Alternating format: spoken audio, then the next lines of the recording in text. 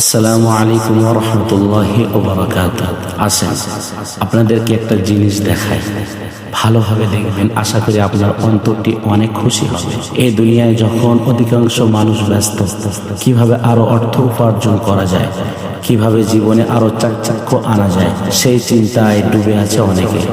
ঠিক সেই মুহূর্তে এক শ্রেণীর মানুষ আছে যারা শত কষ্ট শত অভাবের মাঝেও সবকিছু বিসর্জন দিয়ে নিজের প্রিয় সন্তানদেরকে পাঠিয়ে দিচ্ছে মাদ্রাসায়।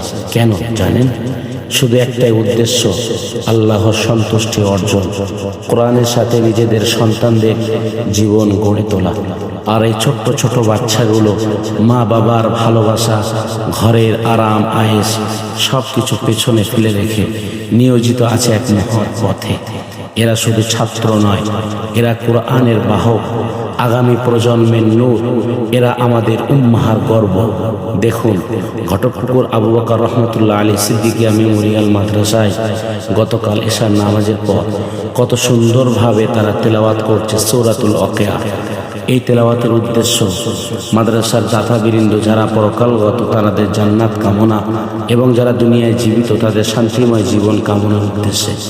এই কোরআনের সুর, এই তেলাওয়াত শুধু শব্দ নয়, এটা আত্মার প্রশান্তি, এটা জান্নাতের সুবাস।